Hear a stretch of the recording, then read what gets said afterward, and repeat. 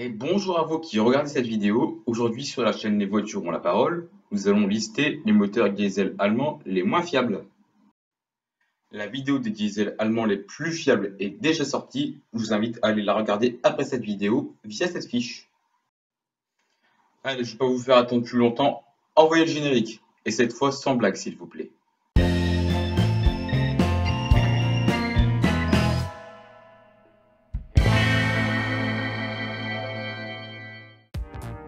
Allez, on va commencer avec les TDI du groupe VAG. On va trouver le 1,6 litre TDI en version 75, 90 et 105 chevaux. La version de 75 chevaux, malgré son très faible rendement, n'a pas été épargnée par les problèmes de vanne EGR, de filtre à particules, d'injection et j'en passe. Pour la version de 90 chevaux, c'est exactement les mêmes problèmes, toutefois dans une proportion un peu plus faible. Les problèmes sont à savoir l'injection, la vanne EGR et le filtre à particules. Et enfin, la version 105 chevaux est la pire. Les problèmes de vanne EGR et d'injection sont légion. Des problèmes de turbo et de filtre à particules ont également été recensés, mais heureusement dans une proportion assez moindre. Passons au 1,9 litre TDI. Les versions les moins fiables sont les 90, 105, 115 et 130 chevaux. La version de 90 chevaux a connu des problèmes de débitmètre, de turbo, d'embrayage et de volant moteur. La version de 105 chevaux n'a pas vraiment connu de problème de débitmètre, contrairement à la version de 90 chevaux. En revanche, les problèmes de turbo sont toujours là. Et le duo fatidique volant moteur embrayage a fait suer nombre de propriétaires.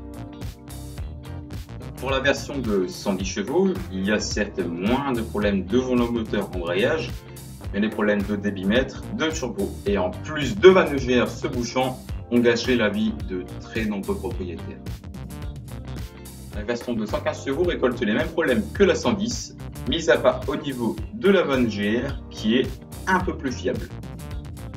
Pour terminer, on a la version 130 chevaux qui au départ était considérée comme robuste.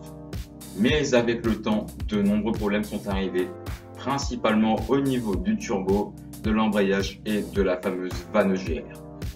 À ces problèmes viennent s'ajouter, heureusement dans une proportion plutôt moindre, des problèmes de volant moteur, de débitmètre et d'alternateur. Bref, la fiabilité d'un 1,9 litre TDI ne fait pas vraiment rêver. Pour terminer avec le groupe VAG, on va trouver le 2 litres TDI en version 110, 136 et 140 chevaux.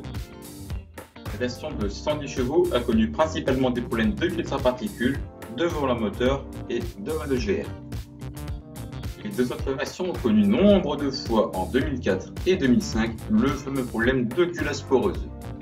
Mais elles ont également dû faire face à des problèmes de turbo cassé, de vanne EGR bouchée ou encore de volant moteur usé ou cassé. Et ces problèmes ne sont malheureusement pas isolés. Pour le groupe Mercedes, si vous avez regardé la vidéo des diesels allemands les plus fiables, vous aurez constaté que tous les moteurs du groupe sont globalement très fiables. Il n'y a donc pas de motorisation à classer ici. Passons maintenant à Opel. On va commencer avec le 1,3 litre CDTI, toutes versions confondues. La vanne EGR et l'injection ont souvent imposé des passages en concession. Les soucis de turbo et d'alternateur sont également présents, mais heureusement en quantité réduite. Ensuite, on trouve le 1,7 litre CDTI, excepté la version 130 chevaux. Les soucis de vanne EGR, de couple volant moteur embrayage, d'injection d'alternateur et de turbo sont loin d'être isolés. Que ce soit en version 100, 110 ou 125 chevaux, c'est une véritable catastrophe. Après, on va retrouver le 1,9 litre CDTI, toutes versions confondues. Il n'a malheureusement pas été épargné par les problèmes, loin de là. Il est concerné par de très nombreux problèmes de vanne EGR, de volant moteur embrayage, de filtre à particules, d'alternateur et enfin d'injection. Des problèmes de turbo ont également été recensés, mais heureusement dans une proportion assez moindre. Et enfin, on va retrouver le 2 litres CDTI en version 130, 160 et 163 chevaux. Ils ont rencontré nombre de pannes de vanne EGR, de turbo, de filtre à particules, voire même de casse moteur sur la version de 130 chevaux. Pour terminer la liste, on va passer au groupe BMW. On va trouver le 2 litres D de code N47 en version 163 et 177 chevaux. Ils ont connu les fameux problèmes de chaîne de distribution qui se détend et mènent à la détérioration ou au pire à la casse du moteur. Et le turbocompresseur a très souvent fait parler de lui en concession. Et attention, vous êtes chez BMW, donc la facture peut exploser.